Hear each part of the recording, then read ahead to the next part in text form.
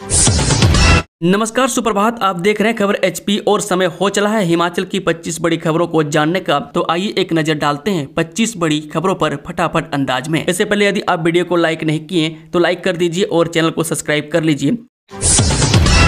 हिमाचल में शिक्षक भर्ती नियम में बड़ा बदलाव, अब एनसीटीई के तहत होगी भर्ती। हिमाचल प्रदेश में शिक्षकों की भर्ती को लेकर राज्य सरकार ने बड़ा बदलाव किया है। वहीं प्रदेश में अब national council for teacher education के तय नियम के मुताबिक ही शिक्षकों की भर्ती होगी। बता दें कि इस तरह से अगर आने वाले समय में एनसीटीई नियम में कोई संशोधन भी करती है तो हिमाचल प्रदेश में भी यह नियम लागू हो जाएगा। इसके लिए भर्ती नियम को अलग से नोटिफाई करने की जरूरत नहीं रहेगी। वहीं प्रदेश सरकार ने एसएमसी एलडीआर कोटे के बदले गए भर्ती नियम में यह प्रावधान किया है में जो अभी टीजीटी, जेबीटी और ड्राइंग मास्टर के भर्ती नियम में ही हुआ है। मैं इनमें यह व्यवस्था रहेगी कि इन टीचर कैडर का पद विज्ञापित होने से पहले तक अगर एनसीटीई द्वारा शैक्षणिक योग्यता में कोई बदलाव होता है तो वो प्रदेश सरकार के भर्ती नियम का हिस्सा होगा। इसके लिए संबंधित विभाग रिक्विजिशन भेजते समय भर्ती एजेंसी को लिख कर देगा। इसलिए अब भर्ती नियम अलग से बदलने की जरूरत नहीं रहेगी। इसको लेकर शिक्षा सचिव की ओर से आदेश जारी कर दिया गया है। 10 साल में कोई नीति तो बनी नहीं, इंक्रीमेंट मिला मात्र 1480 रुपये। जे नेशनल हेल्थ मिशन के तहत महिला आउटसोर्स कर्मचारी की प्रतिनिधि आज स्वास्थ्य विभाग के एमडी से मिलने शिमला पहुंची। नेशनल हेल्थ मिशन में आउटसोर्स पर काम कर रही इन 125 महिला कर्मियों का कहना है कि पिछले 10 साल में सरकार ने ना तो उनके लिए कोई नीति बनाई और ना ही वेतन पर नियमित इंक्रीमेंट दिया गया। में आउटसोर्स कर्मियों का कहना है कि साल 2015 से अब तक केवल 1480 रुपये का इजाफा उनके वेतन में हुआ है। में काम का बोझ अधिक है और वेतन कम। ऐसे में अब एनएचएम आउटसोर्स कर्मियों की सरकार से मांग है कि उन्हें नियमित इंक्रीमेंट दिया जाए और उनके वेतन में इजाफा किया जाए। मैं कर्मियों ने मांग न मानने पर सरकार के खिलाफ कानूनी रास्ता अपनाने और हड़ताल पर बैठने की चेतावनी दी है। मुख्यमंत्री सुक्खू परिवार के साथ गए मालदीव, 24 फरवरी के बाद लौटेंगे, पत्नी व बेटियां भी साथ। जब मुख्यमंत्री सुखविंदर सुक्खू बुधवार को परिवार के साथ मालदीव रवाना हुई, वह 24 फरवरी के बाद ही शिमला लौटेंगे। वह सूत्रों के अनुसार सीएम सुक्खू की उनकी पत्नी देहरा की विधायक कमलेश ठाकुर व दोनों बेटियां भी साथ गई है। बता दें कि भारत के पड़ोस में हिंद महासागर के इस गणराज्य में सीएम सुक्खू का यह निजी दौरा बताया जा रहा है। मैं इससे पहले सीएम ने नई दिल्ली में केंद्रीय नेतृत्व से भेंट की। वह सीएम के प्रधान सलाहकार मीडिया नरेश चौहान भी साथ गए बताए जा रहे हैं। अभी तक के अस्थायी कार्यक्रम के अनुसार 23 या 24 फरवरी को मुख्यमंत्री नई दिल्ली और 25 फरवरी तक शिमला लौट सकते हैं।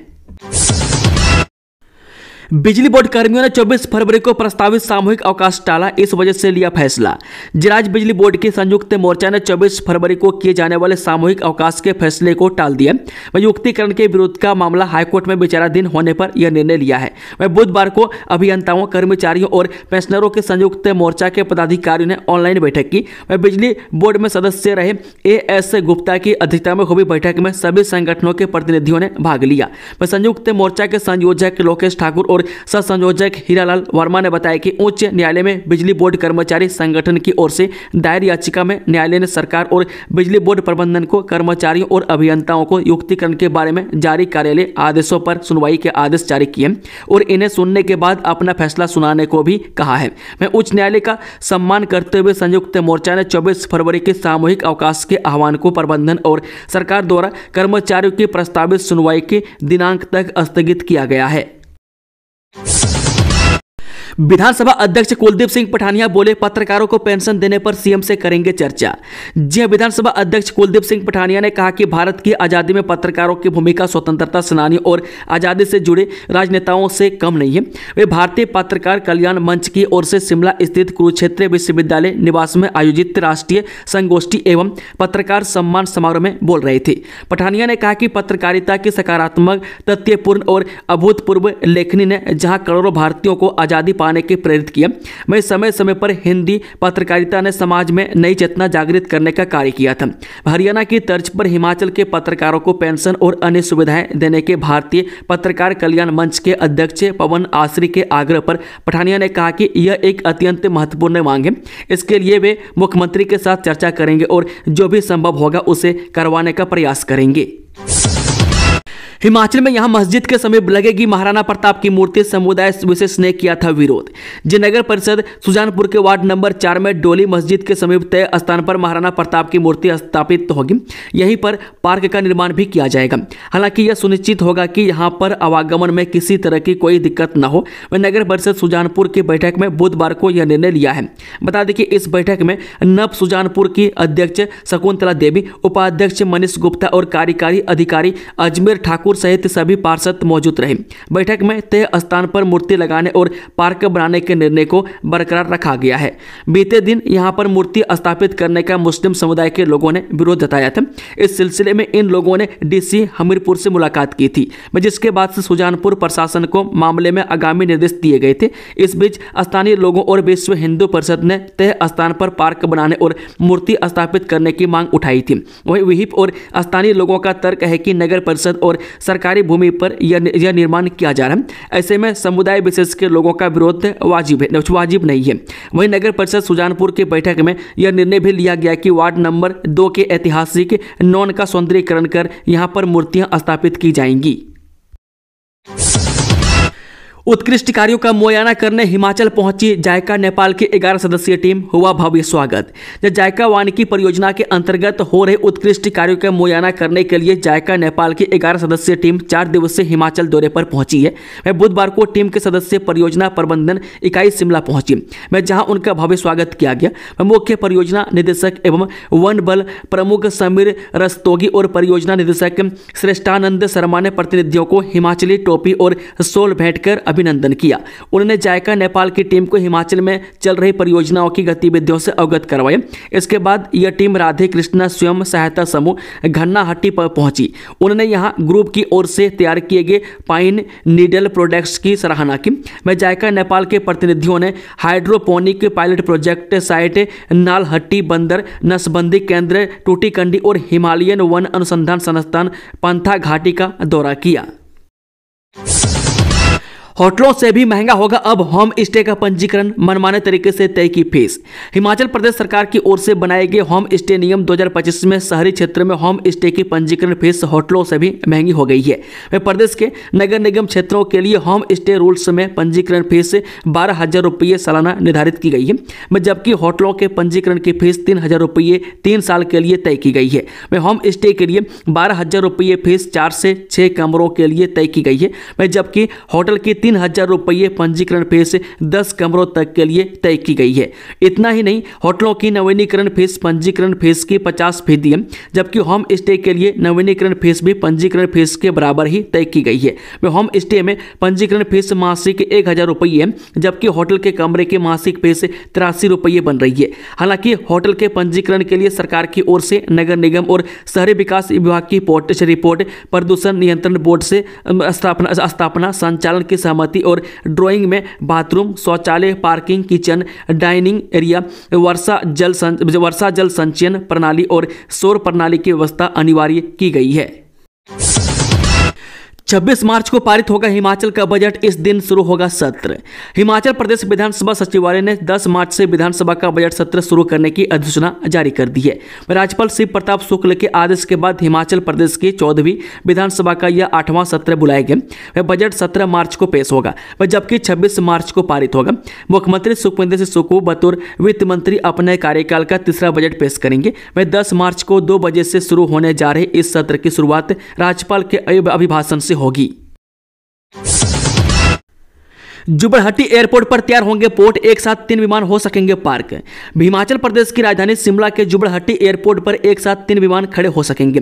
इसके लिए एयरपोर्ट अथॉरिटी ने भारतीय विमानपत्तन प्राधिकरण को प्रस्ताव भेजा है। प्रस्ताव के अनुसार यहां पर कई तरह के सुधार किए जाने हैं। खासकर यहां एक साथ 3 विमान खड़े करने के लिए पोर्ट तैयार किए जाने हैं।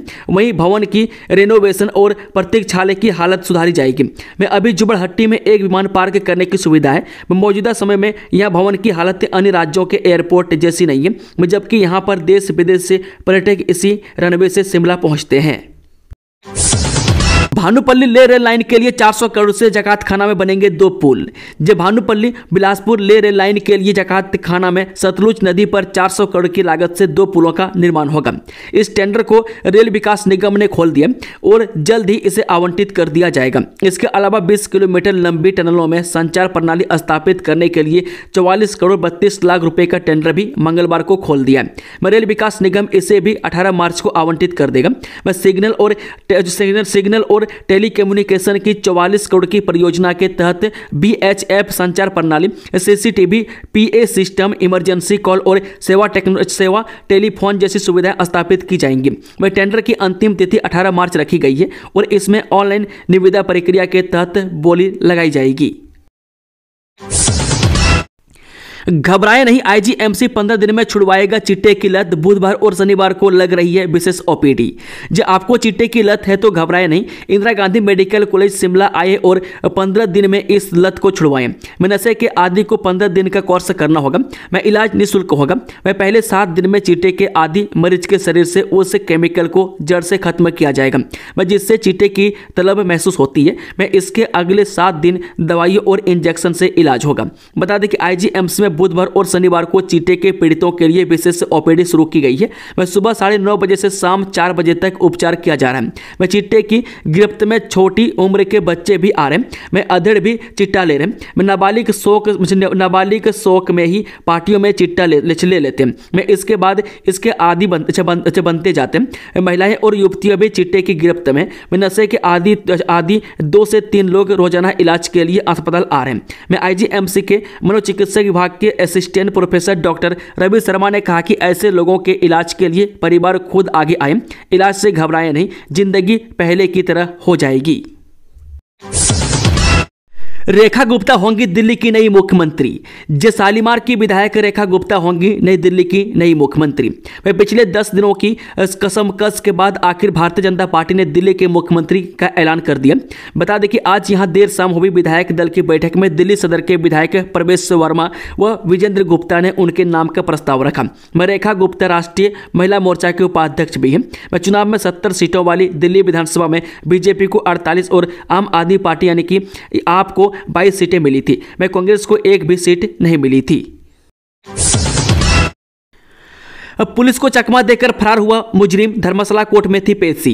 धर्मशाला कोर्ट में पेशी के लिए ले जाया जा रहा एक मुजरिम पुलिस को चकमा देकर फरार हो गया। दोपहर बाद हुई इस घटना के बाद पुलिस कर्मचारियों के भी हाथ पांव फूल गए और अब कैदी को ढूंढने के प्रयास किए जा रहे हैं। पुलिस को उक्त कैदी के दाढ़ी की तरह छुपे होने की संभावना है। पुलिस द्वारा हर तरह उसे ढूंढने के लिए प्रयास तेज कर दिए। सोशल मीडिया पर भी उसकी फोटो डाल दी गई है। एसपी कांगड़ा शालिनी अग्निहोत्री ने बताया कि फरार हुए कैदी को पुलिसकर्मी जगह जगह ढूंढ रही है। उन्होंने कहा कि फरार कैदी को जल्द ढूंढ लिया जाएगा। हिमाचल का एक ऐसा बांध जिसका निर्माण सीमेंट नहीं मिट्टी से हुआ है। 24,310 परिवार हुए थे बेघर।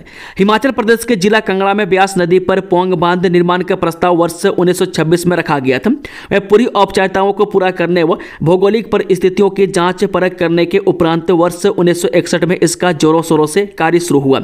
इसमें सैकड़ों के हिसाब से मजदूर कार्यरत थे जो कि 2 शिफ्टों में काम करते थे।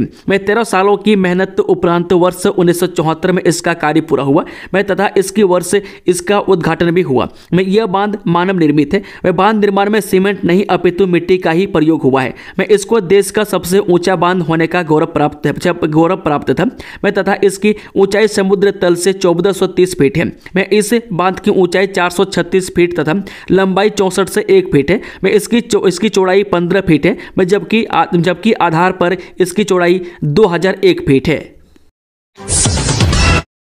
प्रदेश के इन शहरों में होगा ड्रोन सर्वे, डिजिटल होगा भू रिकॉर्ड।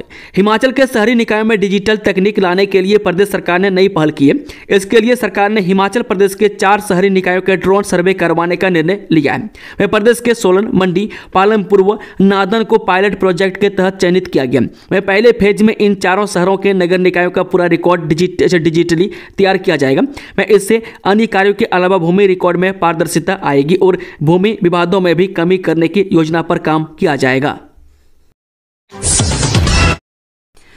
अब 20 दिन तक ताजा रहेगा दियोट सीध का रोट, इस दाम में मिलेगा। दियोट सीध स्थित बाबा बालकनाथ मंदिर में प्रसाद के रूप में चढ़ाए जाने वाले रोट की गुणवत्ता की फाइनल रिपोर्ट आ गई है। वह टेस्टिंग के लिए रखे रोट की सेल्फ लाइफ स्टडी रिपोर्ट में खुलासा हुआ है कि बाबा का रोट बनाए जाने के बाद 20 दिनों तक खाने की दृष्टि से सुरक्षित रह सकता है। गौरतलब हो कि सोलन स्थित सुलनी यूनिवर्सिटी की सुलनी लाइफ साइंस लैब में रोट के सैंपल टेस्टिंग के लिए रखे गए थे। हालांकि रोट को लेकर दियोट सीध के दुकानदारों द्वारा यह तर्क दिया जाता था कि रोट 1 महीने तक खराब नहीं होता बशर्ते उसमें पानी न लगे, लेकिन बाबा के रोट की सेल्फ लाइफ ने सभी तरह के संशय पर विराम लगा दिया। अब अगला कार्य रोट की पैकिंग और उस पर अंकित की जाने वाली मैन्युफैक्चरिंग और एक्सपायरी डेट का रहेगा। ऐसा माना जा रहा है कि रोट की सेल्फ रिपोर्ट से न केवल आस्था के साथ प्रसाद की शुद्धता और गुणवत्ता पर मुहर लगेगी। सिर्फ गणित ही नहीं, हिंदी और इंग्लिश में भी डबागुल। अब हिमाचल के स्कूलों में नए तरीके से होगी पढ़ाई। शिक्षा में गुणात्मक सुधार के लिए सरकार ने एक और बड़ा निर्णय लिया। मैं स्कूलों में पढ़ने वाले बच्चे हिंदी व अंग्रेजी भाषा लिखने के साथ बोलने में भी दक्ष होंगे। मैं गणित विषय भी उन्हें रुचिकर लगेगा। नए शैक्षणिक सत्र से स्कूलों में पढ़ाई का पैटर्न बदला जाएगा। बता दें कि सत्र शुरू होने के शुरू के 15 दिनों के भीतर नए तरीके से पढ़ाई करवाई जाएगी। शिक्षा विभाग की ओर से करवाए गए सर्वे में बच्चे हिंदी, अंग्रेजी व गणित विषय में ही कमजोर पाए गए। इसलिए विभाग ने निर्णय लिया है कि शुरू में इन विषयों पर ही फोकस किया जाएगा। नहीं जागा डॉक्टर, मौत की नींद सो गया मासूम। हिमाचल के इस अस्पताल से आया हैरान करने वाला मामला। जेबद्दी अस्पताल में डॉक्टर पर लापरवाही बरतने से 4 वर्षीय बच्चे की मौत का आरोप लगाया गया। वह सौजन का आरोप है कि चिकित्सक अस्पताल में सोता रहा और बच्चे की अस्पताल के बाहर मां की गोद में उपचार के इंतजार में मौत हो गई। यह मामला उस शहर का है जहां से दुनिया भर के लिए दवाओं का उत्पादन होता है और उसी शहर में बच्चे की दवा व उपचार की कमी के कारण मौत का आरोप लगाया गया है। चीटे की सूचना देने वाले को 5100 रुपये का नगद इनाम देगा गैर शिक्षक महासंघ सोलन। शिक्षा हब सोलन सहित ग्रामीण क्षेत्र में भी नशे की गिरफ्त में आ रहे हैं। यहां पर नशे की तस्करी के मामले थमने का नाम नहीं ले रहे। वह सरकारी और निजी संस्थाएं भी नशे के खिलाफ लड़ने के लिए सामने आना शुरू हो गई है। बता दें कि गैर शिक्षक महासंघ ने पहल की है कि चीटे के संबंध में जानकारी देने वाले को संघ 5100 रुपये इनाम देगा। यह निर्णय महासंघ की बैठक में लिया गया है। मनोरोग ओपीडी में हर रोज पहुंच रहे 200 मरीज 50 चीटे की चपेट में।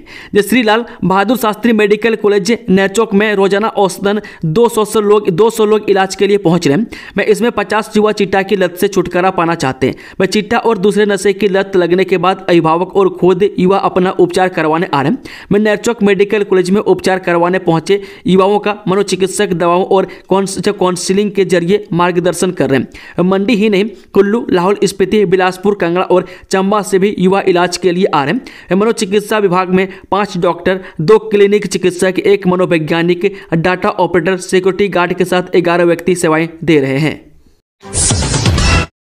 सुरक्षा गार्ड के पदों के लिए इंटरव्यू 22 को होनी चाहिए इतनी आयु। रोजगार कार्यालय थुनाग में SIS इंडिया लिमिटेड बिलासपुर जिला बिलासपुर द्वारा सुरक्षा गार्ड के 100 पदों को भरने के लिए इंटरव्यू 22 फरवरी को होंगे, जिसमें केवल पुरुष अभ्यर्थी भाग ले सकते हैं। इसके लिए न्यूनतम 10वीं पास व इससे अधिक आयु 19 से 40 वर्ष होनी चाहिए। इसके अलावा अभ्यर्थी की ऊंचाई 168 सेंटीमीटर से ऊपर व भार 55 से 95 किलोग्राम तक होना चाहिए। यह जानकारी उप रोजगार कार्यालय थुनाग के प्रभारी अजय कुमार ने दी। वाटर स्पोर्ट्स के बाद अब बिलासपुर में पर्यटकों को मिलेगी रॉक क्लाइंबिंग की सुविधा। प्रशासन ने तैयार की योजना। जब बिलासपुर जिले में वाटर स्पोर्ट्स के बाद जिला प्रशासन ने रॉक क्लाइंबिंग को बढ़ावा देने की योजना तैयार की है। यदि जिला प्रशासन की यह योजना सिरे चढ़ती है तो जल्द ही बिलासपुर में पर्वतारोहियों को इस साहसिक खेल का आनंद उठाने का मौका मिलेगा। जिला प्रशासन ने योजना तैयार कर ली है और इसे मंजूरी के लिए पर्वतारोहण संस्थान मनाली को भेज दिया। वहां से मंजूरी मिलने के बाद प्रशासनिक स्तर पर इस योजना को सिरे चढ़ाने की आगामी कार्रवाई पूरी की जाएगी। जानकारी के अनुसार बता दें कि जिला प्रशासन ने इसके लिए शहर के साथ लगती बंदला पहाड़ी पर वन विभाग द्वारा बनाई गई शेरगाह के पास इसके लिए 3 जगह चिन्हित कर लिए। संबंधित जमीन वन विभाग की है, जिस कारण जिला प्रशासन ने वन विभाग से NOC लेने की प्रक्रिया भी शुरू कर दी है। 40 किलोमीटर की रफ्तार से चलेगी आंधी। दिल्ली, एनसीआर सहित दर्जनों राज्य में बारिश का आसार। जब भारत मौसम विज्ञान विभाग यानी कि आईएमडी ने अगले कुछ दिनों के लिए पूर्वानुमान जारी किया है कि आईएमडी के मुताबिक पूर्वोत्तर असम में निचले क्षोभ मंडल स्तर पर एक चक्रवाती भरी संरचना बना हुआ है। इसके कारण 19 से 24 फरवरी के दौरान अरुणाचल प्रदेश में छिटपुट से लेकर हल्की बारिश हो सकती है। वहीं अगले 7 दिनों के दौरान असम, मेघालय, नागालैंड, मणिपुर, मिजोरम, त्रिपुरा, पश्चिम बंगाल और सिक्किम में भी बारिश की संभावना है। रेलवे लाइन को लेकर भ्रामक बयानबाजी न करें, रवनीत सिंह बिट्टू। पहले अपने मंत्रालय की अच्छे से करें स्टडी। जब सुक्खू सरकार में लोक निर्माण विभाग के मंत्री विक्रमादित्य सिंह ने केंद्रीय रेल राज्य मंत्री रवनीत सिंह बिट्टू के बयान को भ्रामक और तथ्यात्मक रूप से गलत बताया। विक्रमादित्य सिंह ने कहा कि 1 मार्च 2023 से वर्तमान राज्य सरकार ने हिमाचल प्रदेश में रेलवे विकास परियोजनाओं के लिए रेल विकास निगम लिमिटेड को करीब 300 करोड़ रुपये का योगदान दिया। यह केंद्रीय रेल राज्य मंत्री के दावों का खंडन करता है, जो उनके बयान तथ्यों पर आधारित नहीं है। हिमाचल कांग्रेस की नई कार्यकारिणी गठन को लेकर हलचल तेज। विक्रमादित्य सिंह ने की नए चेहरों की पैरवी। हिमाचल में जल्द ही प्रदेश की नई कार्यकारिणी का गठन होगा। वह प्रदेश की नवनियुक्त कांग्रेस प्रभारी रजनी पाटिल मार्च महीने के पहले सप्ताह में हिमाचल के दौरे पर आएंगी। इसको लेकर उनका कार्यक्रम तय हो रहा है। वह प्रदेश की सुक्खू सरकार में लोक निर्माण मंत्री विक्रमादित्य सिंह ने मीडिया से बातचीत के दौरान ये बात कही। विक्रमादित्य सिंह ने कहा कि दिल्ली दौरे पर अखिल भारतीय कांग्रेस कमेटी की महासचिव प्रियंका गांधी और नवनियुक्त पार्टी रजनी पाटिल से मुलाकात की है। इस दौरान हिमाचल में कांग्रेस की नई कार्यकारिणी के गठन को लेकर भी चर्चा हुई है। उन्होंने कहा कि रजनी पाटिल पहले भी हिमाचल में पार्टी प्रभारी रह चुकी है, इसलिए वे प्रदेश के मसलों और पार्टी की गतिविधियों को लेकर भली भांति परिचित है। शिमला शहर को तारों के जंजाल से मिलेगी मुक्ति। अंडरग्राउंड वायरिंग करने का काम शुरू। 120 करोड़ होंगे खर्च। हिमाचल प्रदेश की राजधानी शिमला को तारों के जंजाल से जल्द निजात मिलेगी। वह शिमला शहर में बिजली की तारों को अंडरग्राउंड करने का कार्य शुरू कर दिया गया। बता दें कि पहले चरण में राहत होटल से ओक ओवर तक बिजली की तारों को अंडरग्राउंड करने का ट्रायल के तौर पर कार्य शुरू कर दिया है। हिमाचल में माफियाओं के खिलाफ जीरो टॉलरेंस अभियान। एसडीएम पर जानलेवा हमले के बाद एक्शन में आया प्रशासन। हिमाचल में एसडीएम का दांत तोड़ने पर प्रशासन खनन माफिया के खिलाफ एक्शन मोड में आ गया। मैं खासकर मंडी जिले में प्रशासन ने खनन माफियाओं के खिलाफ जीरो टॉलरेंस की नीति अपनाई है। मैं गौरतलब है कि 10 फरवरी को मंडी जिले के बिंद्रावनी में खनन माफिया पर कार्रवाई करने गई एसडीएम सदर ओमकांत ठाकुर पर जानलेवा हमला किया गया था, जिसमें एसडीएम सदर का एक दांत टूट गया था और वह बुरी तरह घायल भी हो गए थे। जिसके बाद से खनन माफिया प्रशासन की रडार लिस्ट में आ गए। मैं खासकर मंडी जिले प्रशासन द्वारा माफियाओं के खिलाफ सख्त कार्रवाई को अंजाम दिया जा रहा है। हिमाचल में पंचायत का उप प्रधान हुआ लापता। आंखों की जांच के लिए निकला था घर से। जो उपमंडल रामपुर के तहत फोंजा पंचायत के उप प्रधान भरत भूषण रविवार सुबह से लापता है। इसकी रिपोर्ट पुलिस थाना रामपुर में दर्ज कर ली गई है। पुलिस ने मंगलवार को सर्च ऑपरेशन चलाया। उप प्रधान मझेवली के स्थानीय निवासी हैं। जानकारी के अनुसार भरत भूषण रविवार सुबह करीब 7:30 बजे रामपुर के पिपटी स्थित अपने घर से यह कहकर निकले थे कि वे रामपुर सत्यनारायण मंदिर में आयोजित नेत्र जांच शिविर में भाग लेने जा रहे हैं और जल्दी वापस लौट आएंगे, लेकिन मंगलवार तक वे वापस नहीं लौटे। उनका मोबाइल भी बंद आ रहा है और घर पर सभी लोग चिंतित हैं। घर वालों ने उन्हें हर जगह तलाश किया, लेकिन भरत भूषण का कोई सुराग नहीं लग पाया। इसके बाद परिजनों ने लापता शख्स की रिपोर्ट पुलिस को दी। ऊना में नग्न हालत में मिला महिला का शव, नहीं हो पाई पहचान, जांच में जुटी पुलिस। जिला ऊना के गगरेट उपमंडल में संदिग्ध परिस्थितियों में एक महिला का शव बरामद हुआ है। गगरेट उपमंडल के आशा देवी अम्बोटा सड़क पर स्थित एक पुलिया के नीचे एक अज्ञात महिला का शव मिला है। शव निर्वस्त्र हालत में मिला है। वहीं मृतका का चेहरा बुरी तरह से बिगड़ चुका था और शव पर कीड़े चल रहे थे, जिसके कारण मृतका की पहचान नहीं हो पाई है। हालांकि पुलिस के मुताबिक मृतक महिला की उम्र 25 से 30 साल के बीच लग रही है। गगरेट पुलिस ने मौके पर पहुंचकर शव को अपने कब्जे में ले लिया और शव को पोस्टमार्टम के लिए भेज दिया। पुलिस ने मामले में हत्या का केस दर्ज कर लिया है। दोस्तों, खबरों का सिलसिला समाप्त होता है। अगर जानकारी पसंद आई हो तो वीडियो को लाइक, शेयर, चैनल को सब्सक्राइब जरूर कर लें और कमेंट बॉक्स में अपने अपने विचार को जरूर रखें। Thank you, all the best. जय हिंद, जय हिमाचल।